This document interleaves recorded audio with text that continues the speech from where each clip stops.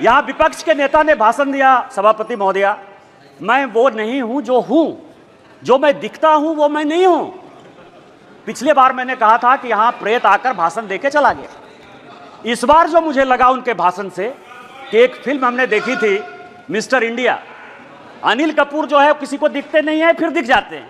यदि लाल जो है कहीं दिखाई देगा तो वो मिस्टर इंडिया के अनिल कपूर हैं, जो दिखते हैं वो नहीं दिखते हैं, जो दिखते हैं वो नहीं दिखते। पूरा विपक्ष जो मुस्लिम की राजनीति करता रहा, आज हिंदू हिंदू चला रहा है। ऐसा शख्स हूं, अखिलेश जी सुनिए आराम से, मेरे ऊपर कांग्रेस और जेएमएम ने 44 केस किए। मेरे 80 साल 85 साल के माँ पिताजी के ऊपर केस हुए। गैलरी में मेरी वाइफ बैठी हुई है, मेरे बच्चे बैठे हुए हैं, उनके ऊपर केस हुआ, भाई के ऊपर केस हुआ। और सरकार ने आरटीआई मैंने मंगाया है, 10 करोड़ रुपया हाई कोर्ट और सुप्रीम कोर्ट में मेरे से केस लड़ने के लिए किया। 2 मार्च को पार्टी ने मेरा टिकट अनाउंस किया। 2 मार्च को मेरा चुनाव 1 जून को हुआ। 90 दिन के पूरे कैंपेन में मैंने जनता से वोट नहीं मांगा और मैं यहां पार्लियामेंट में जीत कर आया, आपको हरा कर आया हूं। जिस क्षेत्र से हेमंत सोरेन विधायक हैं उस जिले का मैं सांसद हूं और आदिवासी बाहुल इलाके से मैं 10,000 वोट से जीत कर आया हूं। किस तरह का सत्य और असत्य की बात कर रहे हो आप कर रहे हो, मुस्लिम की बात कर रहे हो, मंगलसूत्र की बात कर रहे हो कि प्रधानमंत्री जी ने घुसपैठिया कह दिया। हाँ, प्रधानमंत्री जी ने घुसपैठिया कह दिया कि मैं जिस इलाके से आता हूं बांग्लादेश, वहां बांग्लादेशी घुसपैठिया बढ़ा हुआ है संथाल परगना में।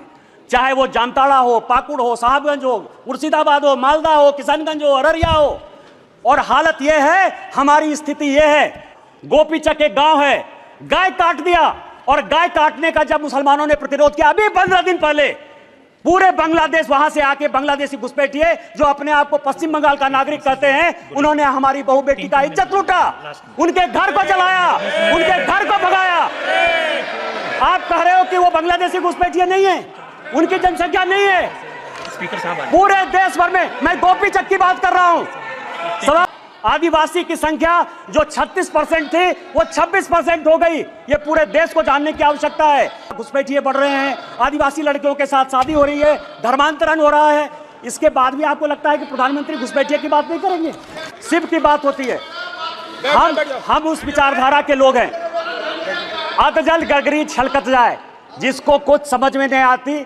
यदि आपको शिव का ही दिखाना था, गुरु नानक का दिखाना था, तो मंदिर चले जाते यार, गुरुद्वारा चले जाते। इस पार्लियामेंट में फोटो क्यों दिखा रहे?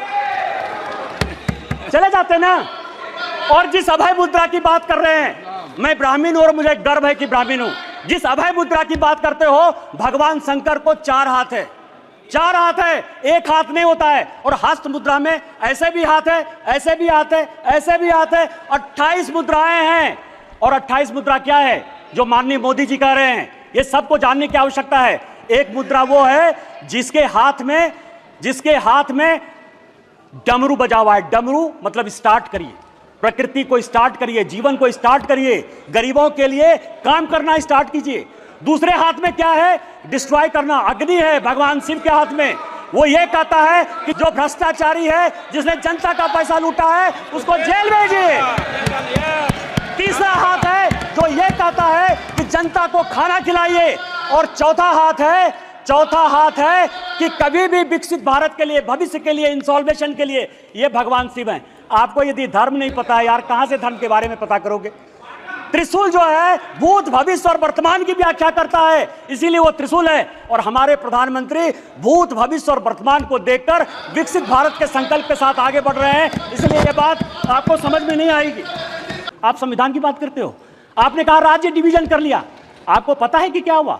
7वां संशोधन 1956 में जब नेहरू ने किया तो उन्होंने कहा यह किया कि राज्य को कोई अधिकार नहीं होगा अपना बाउंड्री चुनने का। और यही कारण है कि 7वें संशोधन के बाद 14 राज्य और 6 यूनियन टेरिटरी बन गए। आप संविधान की बात करते हो, आप कहते हो संविधान बचाने की बात करते हो। संविधान की प्रस्तावना स्वर्ण सिंह कमेटी के बाद जब इमरजेंसी में सारे बड़े नेता, चाहे वो लालू प्रसाद जी हो, मुलायम सिंह यादव हो, करुणानिधि जी हो, आडवाणी जी हो, अटल जी हो, हेमवती नंदन बहुगुणा हो, कांग्रेस के चंद्रशेखर जी हो, बाबू जगजीवन राम हो, जब सारे जयप्रकाश नारायण, मैं एमपी की बात कर रहा हूं, ये सारे लोग जब जेल में बंद थे तो स्वर्ण सिंह कमेटी बनाई 1976 में, 42वां संशोधन हुआ।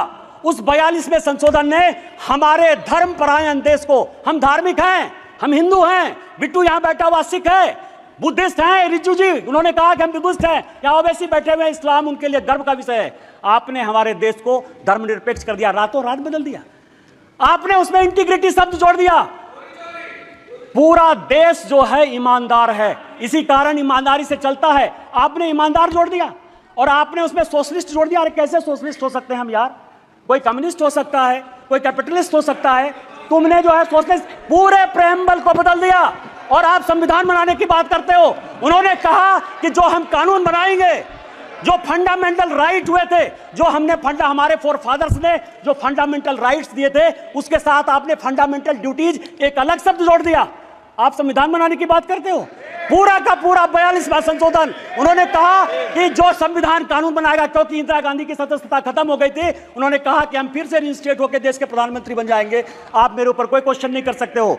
लोकसभा के जो समय है, समय सीमा 5 साल, उन्होंने कहा अब 6 साल होगा।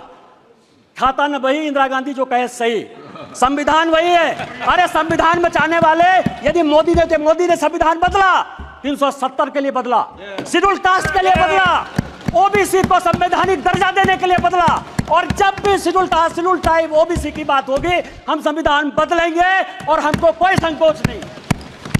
ये आर्य और अनार्य की बात करते हैं, ऋषि मुनि की बात करते हैं। राजा साहब, आप हमारे मित्र हो। मैं एक ऐसा आदमी था जो तिहाड़ में आपसे मिलने के लिए गया, कांग्रेस ने आपको जेल भेजा।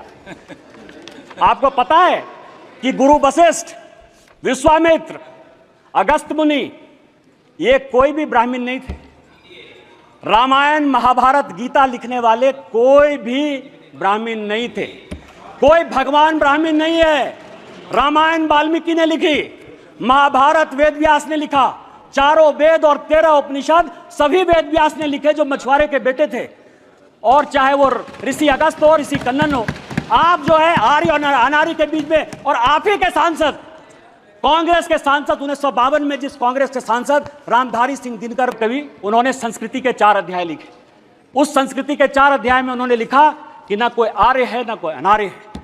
जो हरिजन, जो शेड्यूल कास्ट तमिलनाडु का है, वही कलकत्ता का ब्राह्मण है, और जो कलकत्ता का ओबीसी है, वही पंजाब का जो है सिख है। किसी बड़े घर में, किसी गांव में कहीं कोई शौचालय नहीं होता था। चाहे बड़े परिवार की महिलाएं हो या छोटे परिवार की महिलाएं हो, वो खेत में जाती थी। तो जब खेत में जाती थी तो मेहतर प्रथा कहां से आ गया? जो मुगलों ने दिया, आप उसको सही मान रहे हो, और आप पूरे देश को जो है हिंदुत्व के नाम पर, आर्य के नाम पर, अनार्य के नाम पर, इस्लाम के नाम पर केवल गुमराह करने की कोशिश करते हो। ये गॉस्पेल ट्रूथ को बंद करो, ये काना बंद करो, और देश को जो है साथ लेकर चलने की बात करो।